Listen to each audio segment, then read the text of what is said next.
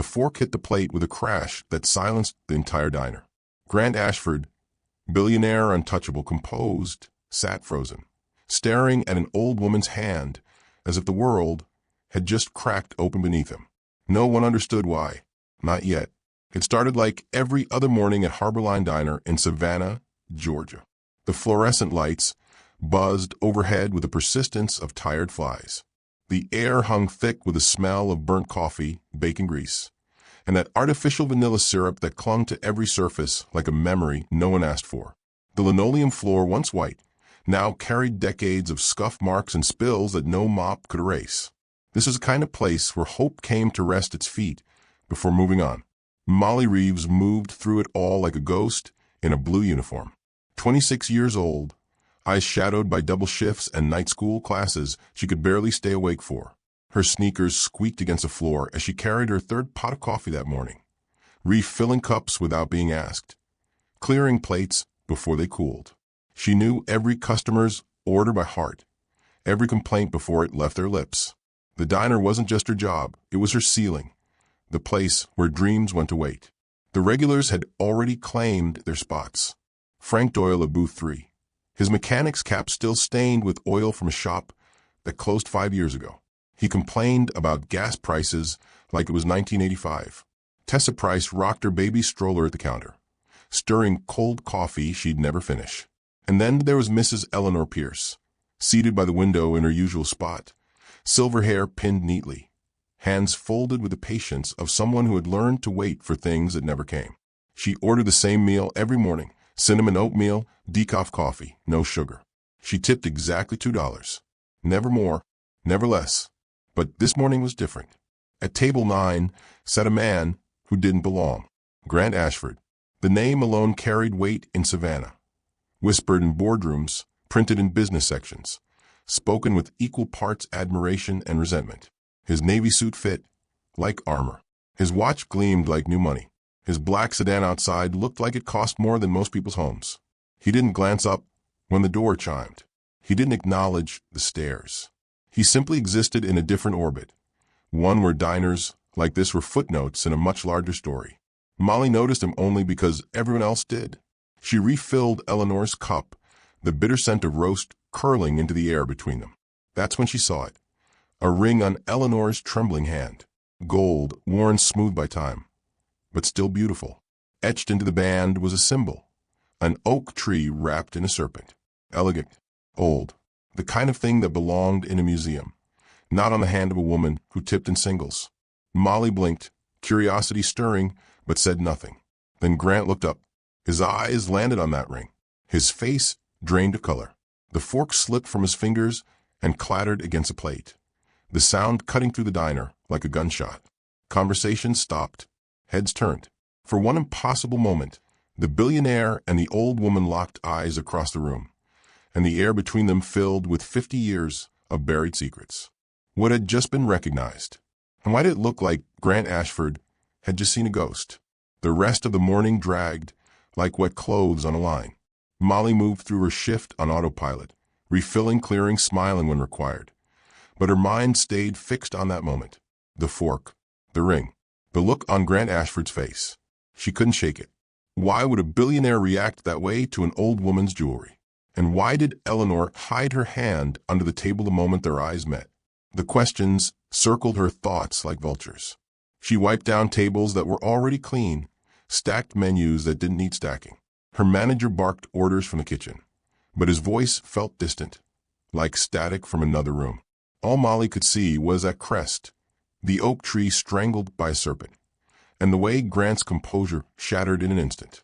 Walking home that evening, her feet ached. Her uniform smelled like grease, and the weight of her life pressed heavier than usual. Rent was due in 3 days. Tuition payment loomed next week.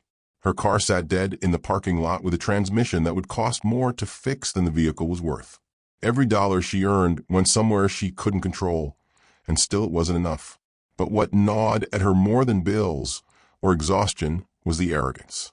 Savannah's old money families walked through life like they owned the air itself. They left small tips and big messes. They spoke to waitresses like furniture that happened to move. For years, Molly had swallowed her resentment with a smile, because survival required silence. Yet today one of them had looked afraid. That changed something. Somewhere beneath the polished surface of wealth and legacy, a crack had appeared, and Molly, tired, broke, invisible, had seen it. She thought about Eleanor's trembling hand, the way she folded into herself after Grant left. She thought about the ring, still glimmering with secrets no one had asked about. By the time Molly reached her apartment, the question had sharpened into decision. Tomorrow she would ask. She would step across the line between curiosity and confrontation, between serving coffee and demanding truth. She didn't know what she'd find, but for the first time in years, something mattered more than rent. The diner closed at 9. The last customer left at 8:45. Molly wiped down the counter, stacked chairs, and locked the front door from inside. She found Eleanor waiting in the back alley, seated on an overturned crate, her coat pulled tight against the evening chill. The alley smelled of rain-soaked cardboard and motor oil. A street light flickered overhead, casting shadows that moved like ghosts. Molly stepped outside, the door clicking shut behind her. Eleanor looked up unsurprised, as if she'd been expecting this conversation. "I didn't mean to keep you," Molly said softly. Eleanor shook her head. "I want to stay." Silence stretched between them, comfortable and heavy at once. Molly sat on the concrete step, her knees pulled close. She didn't know how to start, so she started simply. "That ring. I've seen you wear it every day for 2 years. But today something changed." Eleanor's fingers traced the band slowly, the way a person touches something sacred. Her voice came out quiet, worn smooth by decades of retelling the same story to herself. "It was a gift from the man I married." Molly waited. He wasn't rich. He didn't have a famous name, but he had kindness, and that was rarer than gold in this city. Eleanor's eyes grew distant, looking past the alley, past the years. "He gave me this ring the night we got married. Told me the crest meant survival. An oak tree strong enough to live even when strangled. He said we'd need that strength." "What was his name?" Molly asked. Eleanor hesitated, then answered, "Thomas. Thomas Ashford." The name landed like a stone in water. Ripples spread. Molly's breath caught. Eleanor continued, her voice cracking at the edges. "We had plans. We were going to leave Savannah, start fresh somewhere his family couldn't control him. But then one night in 1974, he said he had business to handle. Something about paperwork, something about making it official, so no one could stop us." Her hands trembled. "He kissed me goodbye, told me to pack light, said he'd be back by morning." The street light flickered. A car passed on the street beyond, its headlights sweeping across the alley like a searchlight. He never came back. Molly felt the weight of 50 years pressing into those 4 words. "They told me he left town, that he'd changed his mind, that men like him didn't marry women like me." Eleanor's voice hardened, just slightly, but I knew better. Thomas wouldn't leave. Not like that. Not without a word. She looked down at the ring, and when she spoke again, her voice was a whisper meant for the dead. "He disappeared in 1974, and I've been waiting ever since." Grant Ashford sat in his car long after the diner's lights went dark. Rain tapped against the windshield in a rhythm that felt like accusation. His hands gripped the steering wheel, knuckles white, mind racing through memories he'd buried under ambition and inherited duty. That crest, that damned crest. He'd seen it 1,000 times, etched into the family silverware, carved into the estate's front gate, stamped on legal documents that built empires. But he'd never seen it on a stranger's hand, and the woman wearing it wasn't a stranger at all. She was a ghost his grandfather had warned him about. Arthur Ashford's voice echoed in Grant's memory, sharp and cold as winter steel. They'd been sitting in the library years ago, when Grant was still young enough to ask questions his father wouldn't answer. "Some ghosts belong buried, boy," Arthur had said, pouring whiskey into crystal that caught the firelight. "You dig them up, and they'll take everything you built. Legacy isn't about truth. It's about control." Grant had nodded then, not understanding. He understood now. He pulled out his phone, hand steadier than his thoughts. His assistant answered on the second ring. "I need you to find everything on a woman named Eleanor Pierce," Grant said, his voice low, deliberate. "Start with Savannah Public Records. marriage licenses, property deeds, anything tied to the Ashford name in the 70s. "How far back should I go?" the assistant asked. "As far as it takes." He ended the call and stared at the diner through rain-streaked glass. Somewhere inside that building, a waitress and an old woman were having a conversation that could unravel everything. Somewhere in his family's history, a lie had been told so well it became truth. And somewhere between then and now, Grant had inherited the consequences without knowing the crime. Arthur had controlled everything: money, reputation, even memory itself. He'd built the Ashford name into something untouchable. But what had he destroyed to do it? Grant thought about the sealed files in the estate's archives, the documents his father never discussed, the family stories that ended abruptly whenever certain names were mentioned. He thought about Eleanor's face when their eyes met. Recognition, pain, certain. She knew something. And whatever it was, Arthur had spent a lifetime making sure it stayed buried. Grant started the engine, but didn't move. The rain fell harder. The diner disappeared behind sheets of water. And for the first time in his carefully constructed life, Grant Ashford wasn't sure whether he was about to uncover the truth or destroy what little remained of his family soul. The assistant's text lit up his phone. "Found something. You need to see this." But this story was never about a ring. It was about everything the ring represented: stolen identity, stolen family, stolen decades that could never be returned. Harborline Diner had become the unlikely stage where two worlds collided, one built on survival, the other on secrets maintained at any cost. Molly Reeves, exhausted and underpaid, had stumbled into a mystery far older than her rent payments and student loans. She didn't know it yet, but her curiosity would crack open a vault that powerful men had sealed with money, influence, and convenient disappearances. Eleanor Pierce, patient and heartbroken, had carried the truth on her finger for 50 years without realizing its weight. And Grant Ashford, wealthy, controlled, haunted by grandfather's warnings, was about to learn that blood runs thicker than loyalty, but thinner than guilt. Sometimes history hides in plain sight. A piece of jewelry worn by a woman no one notices. A crest passed down through generations, its meaning twisted by those who claimed it. A name erased from documents, a life rewritten as abandonment, a love declared fiction by men who feared what it represented. The Ashford dynasty had been built on real estate, political connections, and a reputation for getting things done. But beneath the charitable galas and ribbon cuttings, beneath the bronze plaques and renamed streets, lay a foundation built on erasure. Arthur Ashford hadn't just built an empire.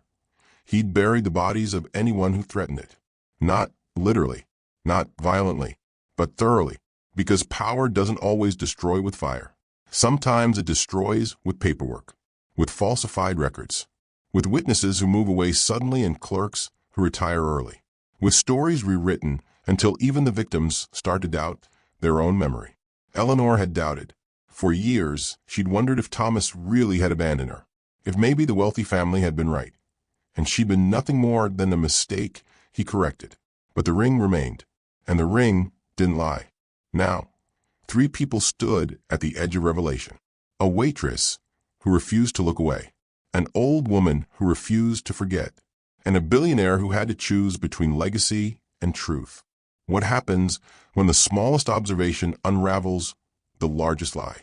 When a stranger's curiosity becomes a dynasty's reckoning? When the forgotten finally get remembered? Savannah's old money families had always believed they controlled the narrative. They decided what got built and what got demolished. They decided whose names appeared in history books and whose disappeared from records entirely. They decided who mattered. But they'd made one mistake. They'd let Eleanor Pierce keep the ring. And on a morning that started like any other, in a diner that smelled of burnt coffee and fading dreams, that ring caught the light one more time. This time someone noticed. This time someone asked why. And nothing would ever be the same again. Morning came too early, as it always did. Molly arrived at the diner before sunrise, unlocking the door in darkness, flipping switches that buzzed the fluorescent lights to life. The coffee machine hissed and gurgled. The smell of yesterday's grease still clung to the air. She tied her apron, filled the sugar caddies, and prepared for another day of invisible labor. Grant Ashford walked in at 7:15. He chose a booth in the back corner, away from the windows, away from the regulars who were starting to trickle in. He ordered coffee, black, and nothing else. His phone sat on the table like a weapon he wasn't ready to use yet. Molly brought the pot over, filled his cup without asking, and turned to leave. That's when she heard his voice, low-clipped, careful. He was speaking into his phone, one hand curved around it like a shield. She moved to the next booth, wiping down a table that didn't need wiping. Her back turned, but her ears sharp. "I need the original records," Grant said quietly. "Not the copies. The ones filed in 1974, specifically around October." Pause. "I don't care if they're sealed. Find a way." Another pause, longer this time. "And check the notary's signatures. Cross-reference them with employment records. I want to know who was working in that office and who paid them." Molly's hand stilled on the table. She glanced over her shoulder. Grant's jaw was tight, his eyes fixed on something beyond the window. He wasn't just curious. He was hunting.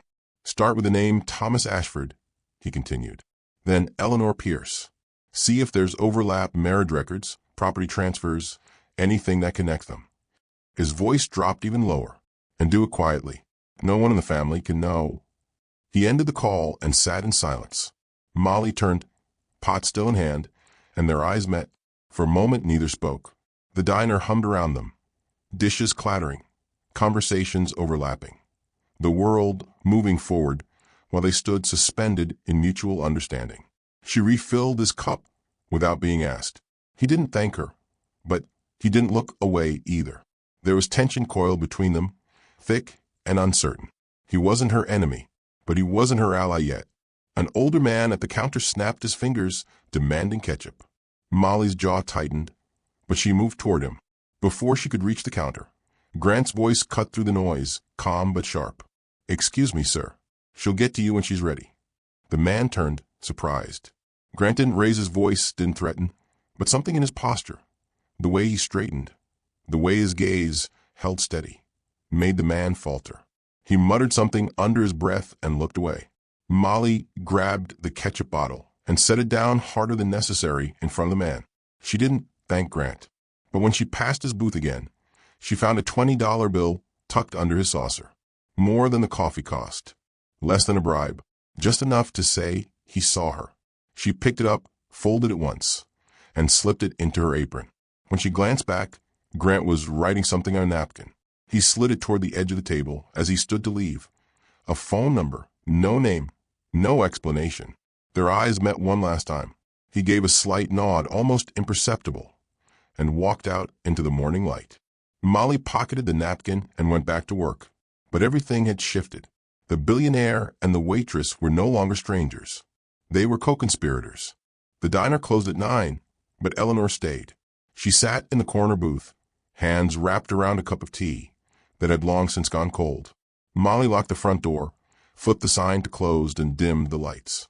When she turned around, Grant Ashford stood at the back entrance, his silhouette framed by the alley's single flickering streetlight. She let him in without a word. He moved carefully, respectfully, like someone entering a church.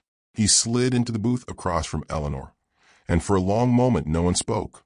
The only sound was the hum of the refrigerator and the distant rumble of traffic on Bay Street. Grant placed a manila folder on the table between them. His voice came out steady, but Molly could hear the weight beneath it. "Mrs. Pierce, I need to ask you some questions. They might be difficult." Eleanor nodded slowly. "I've waited 50 years for difficult questions." He opened the folder and slid a photocopy across the table. A death certificate, official-looking, stamped and signed. The name read, Thomas Ashford. Date of death, October 12, 1974. Cause, automobile accident. Location, Highway 80 outside Savannah. Eleanor stared at it, her breath catching. Her fingers traced the edges of the paper as if testing whether it was real. "I never saw this," she whispered. "No one ever told me he was dead. They just said he left." Grant leaned forward. "This document was filed 3 weeks after he disappeared. But here's the problem. The notary listed retired the year before. The coroner's signature doesn't match his official records. And there's no accident report on file with the county." Eleanor's hands trembled.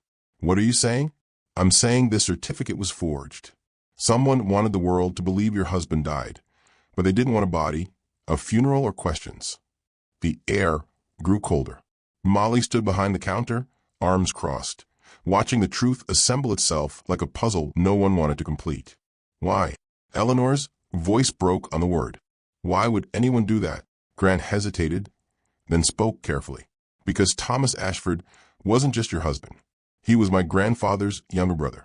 And my grandfather spent his entire life erasing people who threatened the family's control. Silence fell like a curtain.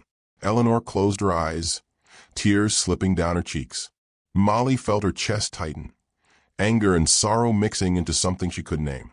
Grant reached across the table, not touching Eleanor's hand, but close enough to offer comfort. Mrs. Pierce, I'm sorry, but there's something else you need to know. Eleanor opened her eyes, bracing herself. Grant's voice dropped to barely whisper. Your husband wasn't who you thought. The Chatham County Courthouse sat on Bull Street like a monument to patience.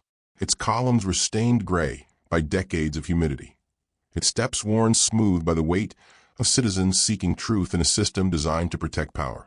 Molly climbed those steps on her day off, her backpack slung over one shoulder, determination tightening her jaw. Inside, the air smelled of old paper, lemon floor cleaner, and something deeper, time itself, pressed into folders and filing cabinets.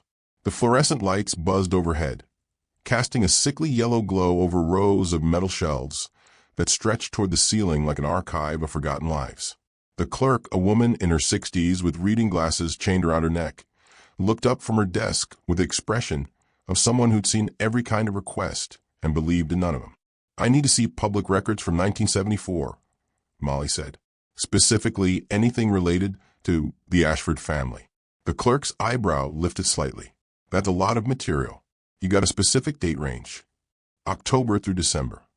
The woman sighed, stood slowly, and led Molly into a back room that smelled of dust and mildew. Boxes lined the walls, labeled by year in faded handwriting. She pulled down 3 boxes and set them on a wooden table scarred by decades of use.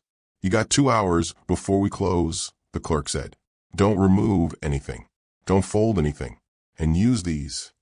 She handed Molly a pair of thin cotton gloves. Molly nodded and waited until the woman left before opening the first box. Inside were land deeds, tax record, legal filings. The bones of a city built on transactions. She sifted through carefully, her fingers growing gray with dust. Halfway through the second box, she found it, a folder stamped with the Ashford family crest. Inside were newspaper clippings about charitable donations, building dedications, Arthur Ashford shaking hands with mayors and governors. But tucked between the celebrations were quieter documents, eviction notices signed by Ashford-owned companies, legal settlements sealed with non-disclosure agreements, complaints filed and mysteriously withdrawn. One document stopped her cold. A memo from private investigator, dated November 1974, detailing surveillance of a Thomas A. The report noted his movements, his associations, his marriage to a woman described only as unsuitable. The final line read, matter resolved. Subject, relocated. No further action required. Relocated. Not dead. Relocated. Molly's hands shook as she photographed the document with her phone. She kept digging, finding more threads, payments to a notary, a retired judge's testimony redacted in heavy black ink, property transfers that moved ownership without explanation. Arthur Ashford hadn't just built an empire. He'd built it on erasure. Every building that bore his name sat on land taken from someone who couldn't fight back. Every plaque celebrating his generosity hid a family displaced, a business shuttered, a life rewritten. By the time Molly left the courthouse, the sun had set. She walked into the Savannah night carrying proof that power didn't just corrupt, it erased. The Ashford estate sat on the edge of Savannah like a crown too heavy to wear. Grant stood alone in the library, a room lined with leather-bound books no one read and portraits of men whose legacies weighed more than their kindness. The air smelled of cedar, old varnish, and secrets maintained through generations of silence. Above the fireplace hung the largest portrait, Arthur Ashford, painted in oil with a gaze that followed you across the room. Grant stared at it, searching for cracks in the facade. and found none.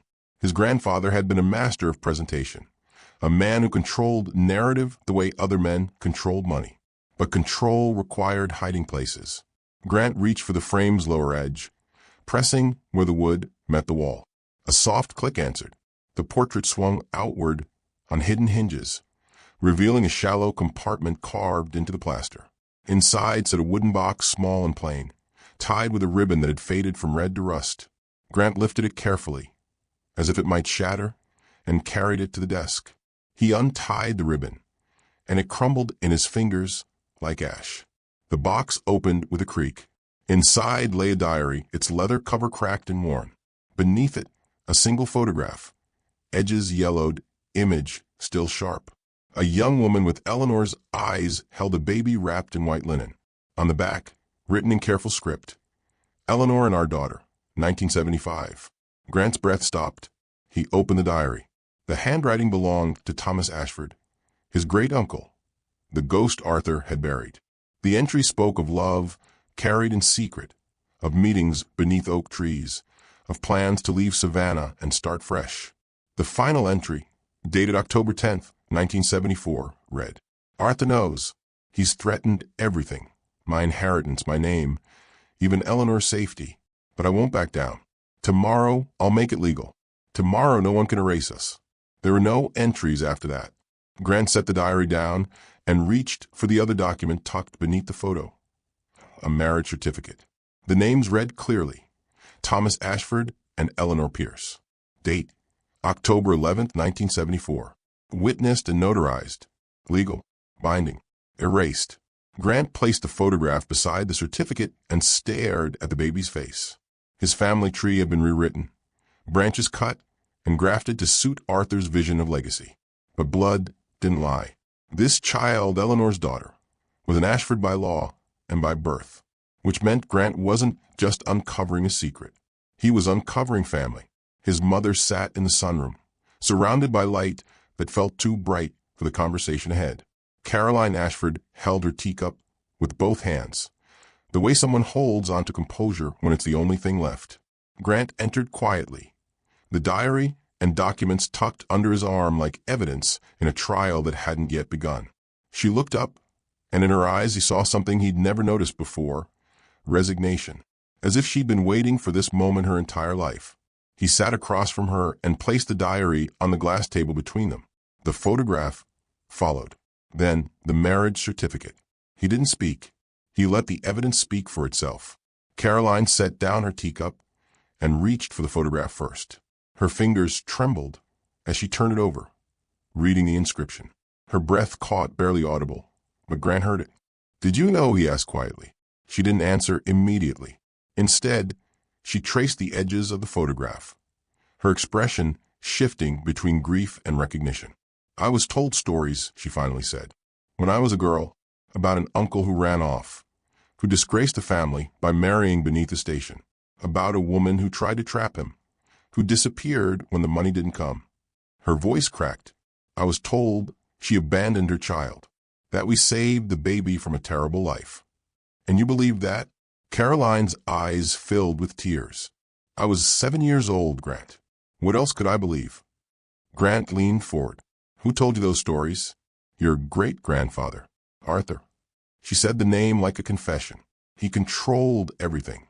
What we knew, what we believed, who we became. He said the family came first. He said some truths were too dangerous to speak aloud." "He didn't bury truth," Grant said, his voice harder now. "He buried people." Caroline nodded slowly, tears slipping down her cheeks. "I overheard him once, talking to a lawyer. I was a teenager, hiding at the top of the stairs.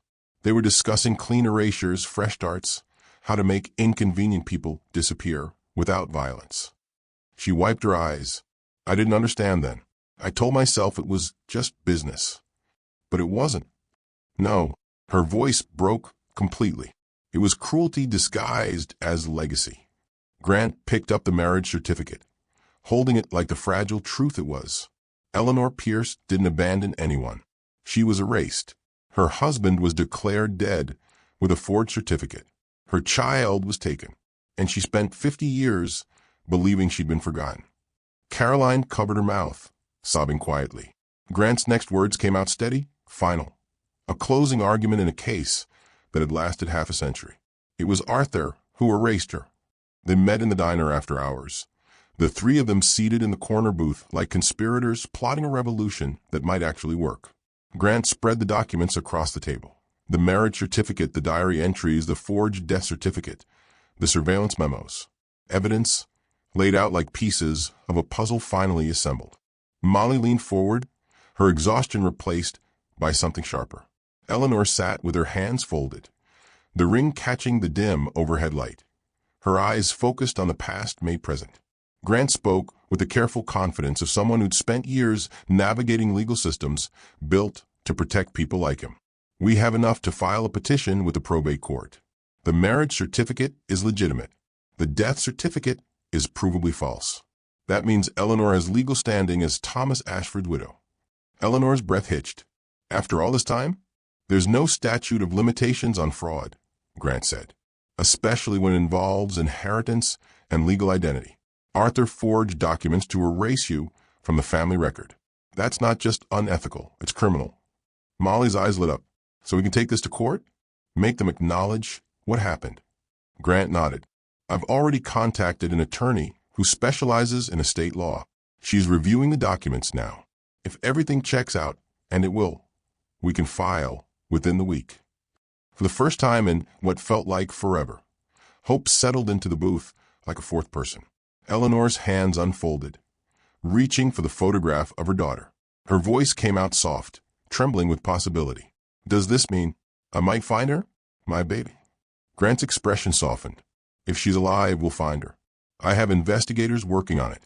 We'll trace adoption records, birth certificates, anything that connects back to 1975. Molly reached across the table and squeezed Eleanor's hand. The old woman squeezed back, tears streaming down her face. Not from grief this time, but from relief. 50 years of waiting. 50 years of questions. And finally, answers within reach. What happens next? Molly asked. We go public, Grant said. Carefully, but publicly. The Ashford name carries weight in the city, which means people will pay attention. Once the story breaks, the court will have no choice but to act. Eleanor wiped her eyes, her voice stronger now. And your family? Won't they fight this? Grant's jaw tightened. Let them. I'm not protecting a legacy built on lies anymore. The three of them sat in silence, the weight of what they were about to do settling over them like armor. It wouldn't be easy. It wouldn't be quick. But for the first time, justice felt possible. Molly smiled, something fierce and hopeful breaking through her exhaustion. Then let's do it. Eleanor nodded, clutching the photograph to her chest. And Grant, billionaire, heir co-conspirator, made a choice his grandfather never could. He chose truth. The man appeared 3 days later, just as Molly's shift ended. She stepped into the alley behind the diner, keys in hand, the familiar smell of rain and rust greeting her. He stood near the dumpster, smoking a cigarette, his suit too expensive for the neighborhood, his presence too deliberate to be accidental. Molly Reeves, he said. Not a question, a statement. She froze, instinct tightening her grip on her keys. Who's asking? He dropped the cigarette and crushed it beneath a polished shoe. A friend of the Ashford family. Someone who's been watching out for their interests for a very long time. The way he said, watching made her skin crawl. He stepped closer, not threatening, but close enough that she could smell his cologne, cedar and something metallic, like old coins. His voice stayed calm, conversational.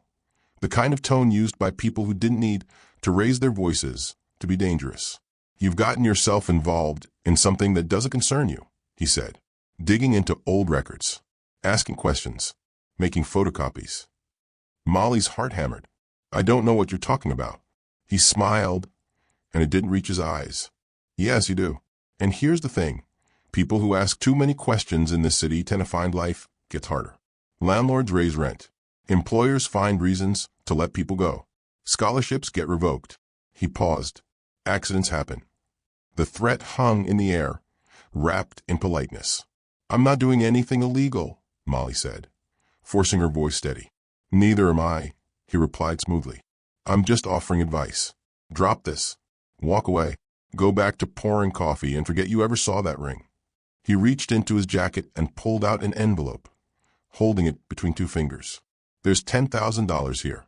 Enough to cover your tuition, your rent. Maybe fix that car sitting dead in the parking lot. He held it out like a gift. Molly stared at the envelope, her pulse racing. $10,000. More money than she'd seen in one place in her entire life.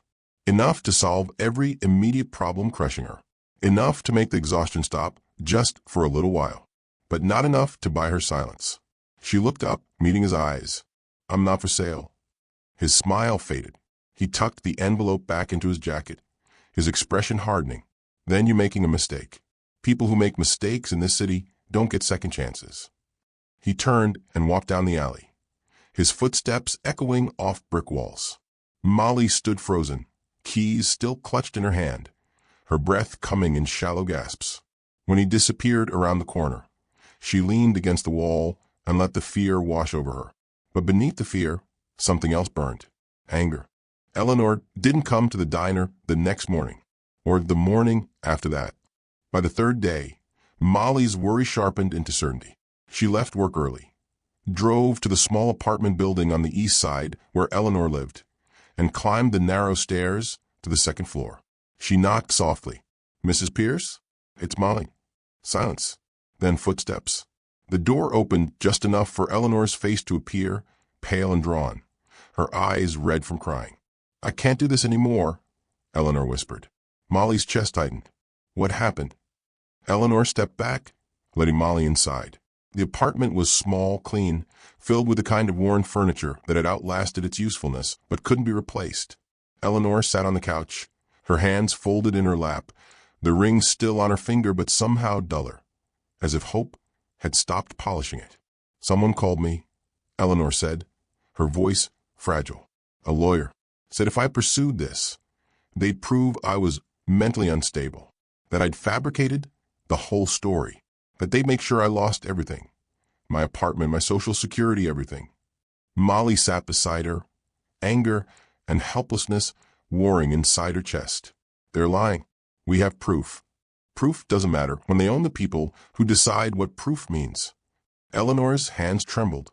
I'm tired, Molly. I've been fighting ghosts for 50 years.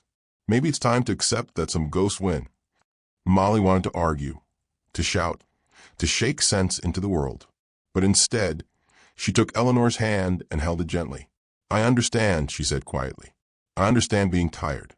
I understand feeling like the fight is too big and you're too small. She squeezed Eleanor's hand. But I also understand that some fights are worth losing everything for. Eleanor looked up, tears streaming. I'm afraid. So am I, Molly admitted. But I'm more afraid of living the rest of my life knowing I had a chance to do something right and walked away. Silence settled between them, heavy and honest.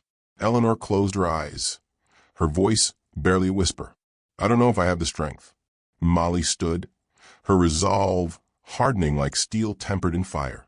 Then let me carry it for you. Let me fight when you can't. She walked to the window, looking out at Savannah's streets, at the city built on stories rewritten by powerful men. She thought about the man in the alley, the envelope full of money, the threats wrapped in politeness. She thought about Grant, risking his family's legacy. She thought about Eleanor, who'd waited 50 years for someone to believe her. And she made a choice. I'm not backing down, Molly said, her voice steady, even if I have to do this alone. Behind her, Eleanor wiped her tears and looked at the ring on her hand. Hope, fragile but refusing to die, flickered once more. Grant sat in his home office long after midnight, surrounded by documents that told a story his family had spent decades hiding. Bank statements, wire transfers, offshore accounts. Evidence spread across his desk like the bones of a crime scene. His assistant had delivered the files that afternoon with a warning. Once you see this, you can't unsee it. Grant had seen it, and now he understood exactly how deep the corruption ran. Arthur Ashford hadn't just erased Eleanor and Thomas. He'd built an entire financial system designed to hide money, evade taxes, and launder wealth through shell companies scattered across 3 countries. The Ashford Foundation, celebrated for its charitable work, was a front. Donations flowed in, but the money flowed right back out, into accounts controlled by family members, into real estate purchased under false names, into investments that violated every financial regulation on the books. Grant traced one wire transfer from 1975, $50,000, moved to a Cayman Islands account registered to a company that didn't exist. Another transfer, same year, to a lawyer in Miami who specialized in making inconvenient people disappear from legal records. The pattern repeated year after year. Arthur had refined fraud into an art form. Grant's phone buzzed. A text from his attorney. "We need to talk. This changes everything." He stared at the documents, his grandfather's legacy dissolving into evidence of systematic crime. The Ashford name wasn't built on hard work and vision. It was built on theft, fraud, and the kind of corruption that only survived because it wore expensive suits and donated to the right political campaigns. Grant thought about his mother's tears, about Eleanor's 50 years of waiting, about Molly risking everything for a truth no one had asked her to uncover. He thought about the man he'd been raised to become, controlled, composed, a protector of legacy. But what if the legacy deserved to fall? He opened his laptop and began drafting an email to the district attorney's office. He attached copies of the bank records, the forged certificates, the wire transfers. He included a statement signed by him, acknowledging his family's crimes and offering full cooperation. His hand hovered over the send button. Sending this would destroy everything Arthur had built. It would dismantle the Ashford empire, invite lawsuits, trigger investigations. His mother would be devastated. His family would never forgive him. The name he'd carried with pride would become synonymous with fraud. But Eleanor would get her identity back. Molly would get justice. And the truth, buried for 50 years, would finally breathe. Grant clicked send. The email disappeared into the night, carrying with it the weight of a choice that couldn't be undone. He leaned back in his chair, exhausted and strangely lighter, and waited for the consequences to arrive. Somewhere in Savannah, a dynasty began to crumble. And for the first time in generations, an Ashford chose truth over power. The Ashford estate archive sat in the basement, behind a door that required a key Grant had slipped to Molly with a single whispered instruction. Third shelf from the bottom. Red leather binder. Take photos, don't remove anything. She'd waited until 2 in the morning, parked 3 blocks away, and entered through the side gate Grant had left unlocked. The house loomed above her like a sleeping giant, its windows dark, its history heavy. She descended the basement stairs, each step creaking a warning she chose to ignore. The archive smelled of old paper and expensive neglect, the kind of room where secrets were stored but never destroyed, because powerful families believed they'd never be held accountable. Molly clicked on her phone's flashlight, sweeping it across rows of filing cabinets and leather-bound ledgers organized by decade. She found the 1970s section and pulled the red binder from the shelf. It opened with a crack that echoed too loudly in the silence. Inside were letters, handwritten correspondence between Arthur Ashford and his attorney, dated between 1974 and 1975. The first letter made her breath catch. The Pierce woman continues to make inquiries. We need grounds for dismissal. Suggest theft accusation. Small items from estate during Thomas's visits. Plant evidence if necessary. Local police cooperative. Molly's hands shook as she photographed the page. The next letter was worse. Theft accusation successful. Pierce woman questioned. Released due to lack of prosecution. Reputation sufficiently damaged. No employer will hire her. She'll leave town within the year. But Eleanor hadn't left. She'd stayed surviving on scraps, waiting for a husband who'd been erased, and a truth no one would believe. Molly flipped through more letters, each one a knife, twisted deeper. Instructions to falsify employment records. Payments to witnesses who'd swear they saw Eleanor stealing. Legal motions filed to prevent her from accessing Thomas's accounts or contesting his disappearance. Arthur hadn't just buried his brother. He'd systematically destroyed the woman his brother loved, ensuring she'd be too broken, too poor, too discredited to ever fight back. One final letter, dated December 1975, stopped Molly cold. The child has been placed with a suitable family. Record sealed. Pierce woman will never find her. Matter concluded. Molly photographed every page, her anger burning brighter with each click. When she finished, she closed the binder carefully, returned it to the shelf, and climbed the basement stairs. The house remained silent, its secrets photographed, but not yet spoken. She stepped into the night air, evidence tucked in her phone, and texted Grant a single word. Got it. His reply came instantly. Tomorrow night. The gala. We end this. Molly walked to her car, no longer afraid of shadows or threats or men in expensive suits. She crossed into the archives of a dynasty and walked out with the truth. Now it was time to set it free. The Ashford Foundation annual gala filled the ballroom with Savannah's elite, black-tie elegance, champagne flutes, and the kind of wealth that believed itself untouchable. Crystal chandeliers cast light over faces that appeared in society pages and donor lists. Conversations hummed with self-congratulation. Everyone who mattered was there, which meant everyone would witness what came next. Grant Ashford stood at the podium, prepared to deliver the evening's keynote speech. Behind him, a screen displayed the foundation's logo, oak and serpent, legacy and power. Molly stood near the back in trance, her heart hammering, phone in hand, ready. Eleanor sat in the audience, Grant's personal guest, her presence alone raising whispers among those who recognized the threadbare dignity of someone who didn't belong. Grant began speaking, his voice steady, his words carefully chosen. He thanked donors, acknowledged staff, recited the foundation's mission statement. The audience settled, comfortable, expecting the usual performance. Then he paused. But tonight, I'm not here to celebrate our legacy, Grant said. I'm here to expose it. The room fell silent. He clicked a remote. The screen behind him changed. The foundation logo replaced by a scanned image of Arthur Ashford's letter detailing Eleanor's framing. Another click, the forged death certificate. Another, the marriage license. Another, bank records showing offshore fraud. Gasps rippled through the ballroom. Board members shifted in their seats. Donors exchanged confused glances.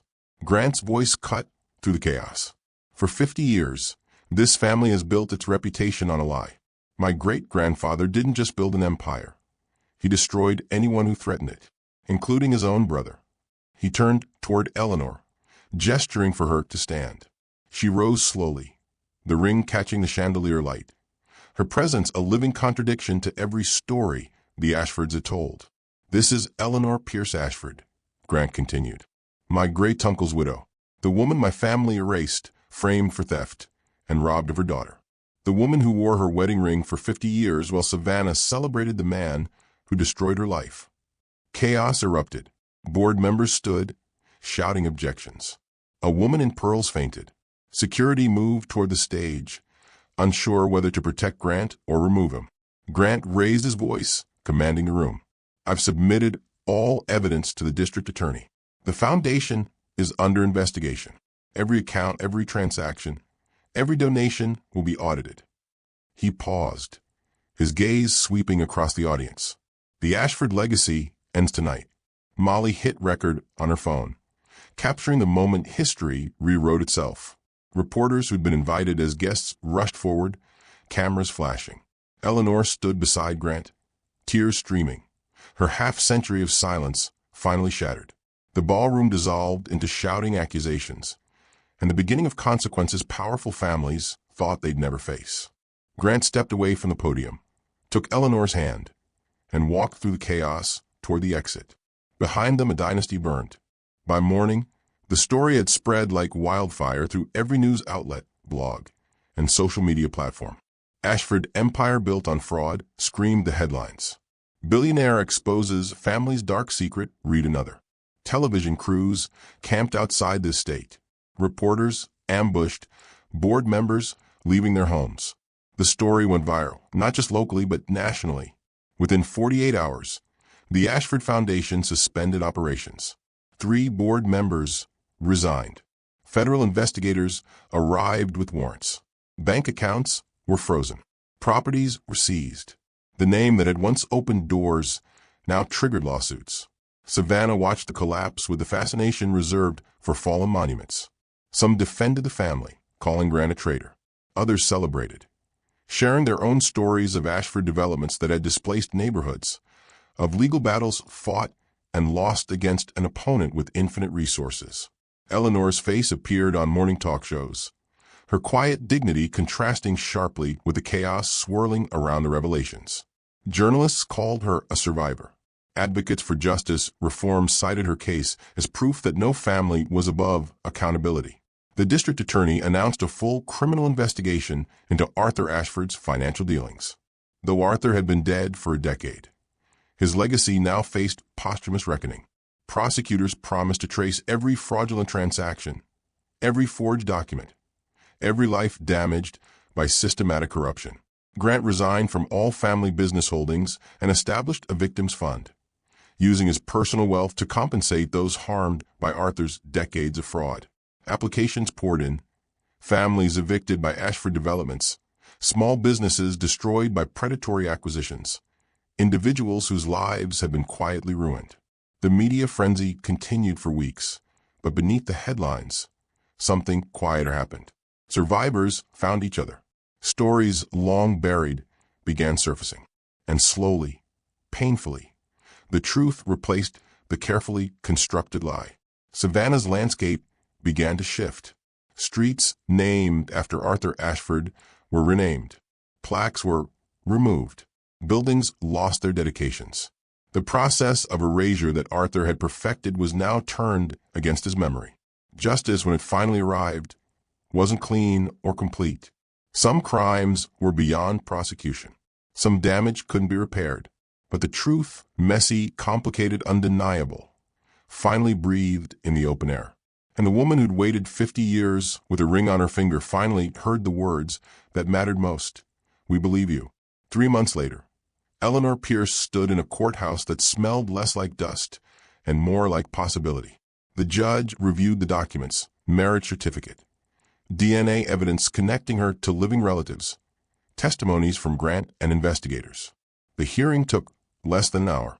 When the judge's gavel fell, Eleanor Pierce officially became Eleanor Pierce Ashford. Not just in memory, but in law. Her name was restored. Her marriage recognized. Her daughter, now a woman in her 50s living in Atlanta, found through relentless investigation, waiting outside to meet the mother she'd been told was dead. Molly watched from the gallery, tears streaming down her face, as Eleanor walked out of that courtroom carrying a certified document that said simply, she existed, she mattered. She was never forgotten, only silenced. Outside, Eleanor embraced her daughter for the first time in 50 years. Cameras flashed. Reporters called questions. But the two women stood together, holding each other, the world falling away around them. Later that week, Grant met Molly at the diner, the same corner booth where everything had started. He slid an envelope across the table. But this time, it wasn't money meant to silence her. I'm starting a new foundation, Grant said. One that actually helps people instead of hiding crimes. I need someone who understands what it means to fight when the odds are impossible. Someone who doesn't back down. He met her eyes. I need you. Molly opened the envelope. Inside was a job offer. Director of Advocacy and Outreach.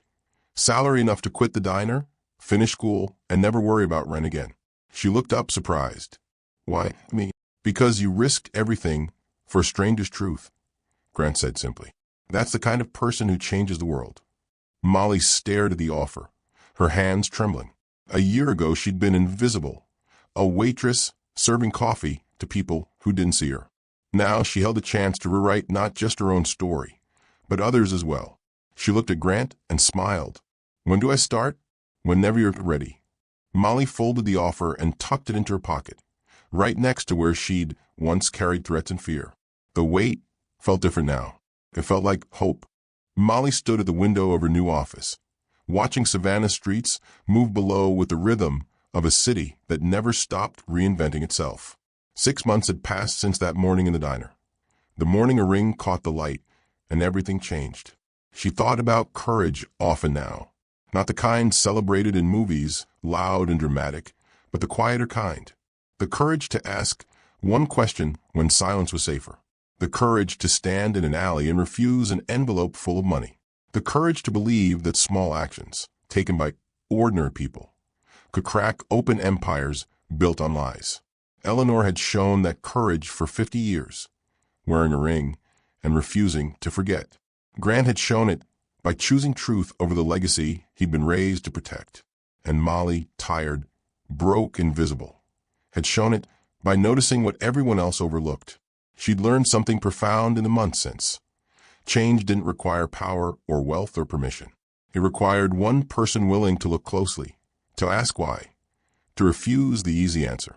History turned on moments like these, not grand revolutions, but small observations made by people brave enough to care. The Foundation's work continued daily now. Families received compensation. Stories long buried found audiences. Systems designed to protect the powerful began bending slowly toward accountability. None of it happened because someone with authority decided to act. It happened because a waitress noticed a ring. Molly picked up the photo on her desk. Eleanor and her daughter, reunited, smiling with the kind of joy that survives decades of grief. Beside it sat another photo. Grant cutting the ribbon at a community center built on land the Ashfords once controlled, now returned to the people they displaced. Small actions, immense consequences. She turned back to her work, carrying the lesson forward. Never underestimate the power of one person who refuses to look away. Grant visited the diner one last time on a Tuesday morning, when the rush had faded and the fluorescent lights hummed their familiar song. Eleanor sat in her usual booth, though she no longer came out of necessity. She came because some places hold memory better than museums. He slid into the seat across from her, and for a moment neither spoke. The coffee pot hissed. Dishes clattered in the kitchen. The world continued its ordinary rhythm around them. "I brought you something," Grant said, placing a small velvet box on the table. Eleanor opened it carefully. Inside sat the ring, her ring, but restored. The gold polished, the crest sharpened, the band resized to fit properly. It gleamed like it had the day Thomas first placed it on her finger. "You kept it all those years," Grant said quietly, "even when no one believed you, even when it would have been easier to let go." He paused. "That ring saved us all." Eleanor slipped it onto her finger, tears gathering in her eyes. It was never about the ring. It was about remembering love when the world insisted I forget. Grant nodded. Sometimes the smallest observation rewrites generations. A waitress noticed. A question was asked, and 50 years of lies couldn't survive the truth. They sat together in the booth where it had all begun. Two people connected by a secret that was no longer buried. Outside, Savannah moved forward, streets renamed, buildings rededicated, stories rewritten. Eleanor looked at the ring, then at Grant, then at the diner that had witnessed the beginning of her vindication. "Thank you," she whispered. Grant smiled. "Thank you for never giving up." He stood, placed a hand briefly on her shoulder, and walked out into the morning light. Eleanor stayed, turning the ring slowly on her finger, watching it catch the light one more time. A symbol of survival, a testament to truth, a reminder that some loves refuse to be erased.